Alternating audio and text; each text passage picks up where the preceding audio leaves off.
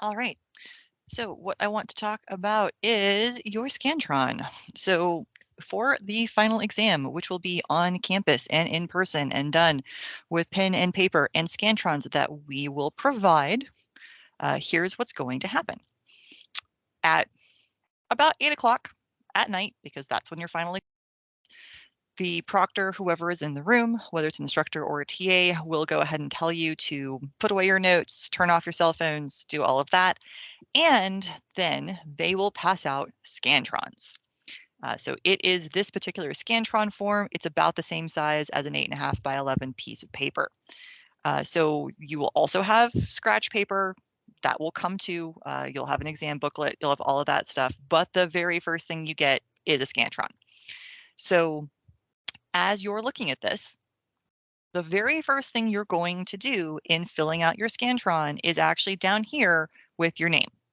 So it says last name and first name. And so what you're going to do is you're going to fill this out. So my last name is Taylor, and you're going to fill out as much of your last name as will fit, and at least the first 3 letters of your first name, preferably all of it, if it fits. Some of you have a very common last names. So for those of you that have very common last names, I would highly encourage you to include your middle initial if you have one. And the Scantron reader will read it regardless of where it's at. And then you do also need to bubble this in. So it's been a while perhaps since you guys actually bubble something in. Why? I know watching me do this is not particularly interesting, but this is the main way we are going to know that this Scantron is yours. So this is an important thing for you to do. And you'll bubble this in. And so there will be time before the exam ever begins, before you have an exam booklet to go ahead and fill this out. So we'll go ahead and complete this. So notice this is the very first thing I'm doing. And I know it's not exciting, but first thing you're going to do is fill in your name. And so again, that middle initial, for those of you that have common last names, is very important because we do oftentimes have folks where they have the same last name and same first name as somebody else in the class. So all the Scantrons are going to be for all of the sections together. So that's the very first thing you're going to do, last name, first name. Should you have the time, I would definitely encourage you guys to go ahead and write your name over here and something like final 22 down here, but do also put your name, because the more places that your name is at, the better. I'm sorry, I can't move this 90 degrees to make my life easier.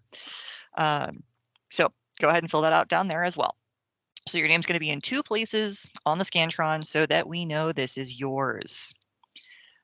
Next up, we are actually going to look at the subject score. It's in the very, very middle. And what will happen is you'll get an exam passed out to you, but you technically don't need that for the subject score, because subject score is actually where you're going to put your section number. So so this is an old one, obviously, right? This is exam 1 from 2016. But what will be on the front of your final exam is this information that has instructor and the section number. This is the same section number from e-learning and from coursebook. We didn't make these numbers up. And lo and behold, I'm still this semester teaching the 9 a.m. section, which is the 001 section.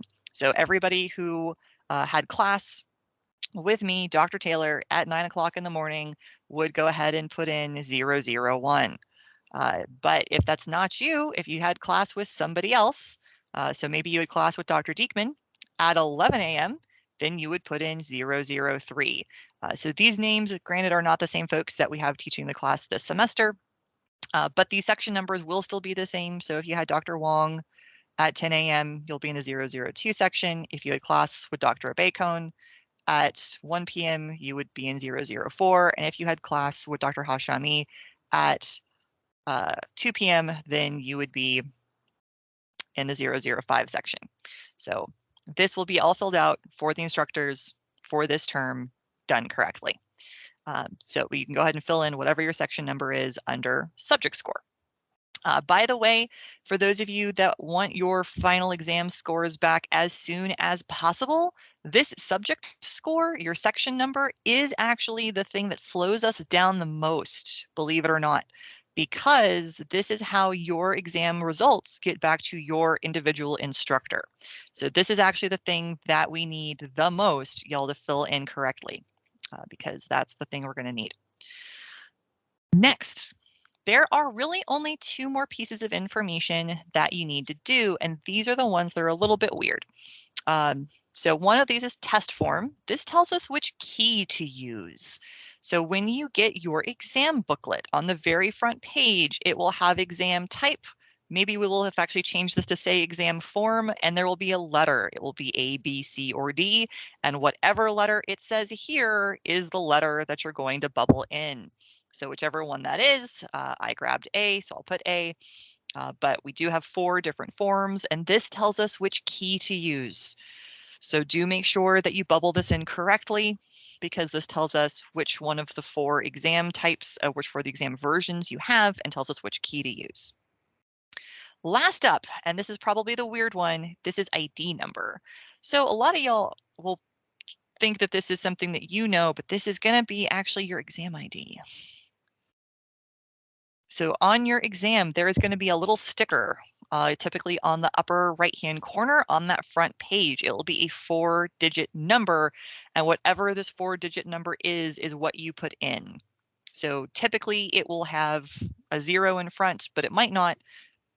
And it's basically we just number the exams 1 to however many we have printed. So this, for example, is number 12. So we would then go ahead and put in 0012. As far as whether this needs to be to the left or to the right, it doesn't matter. So you can either do this right justified. You could also put it over on the left-hand side. It does not matter. We just need that information. So those are the 5 parts of the Scantron you're going to fill out. You're going to fill out your last name, your first name.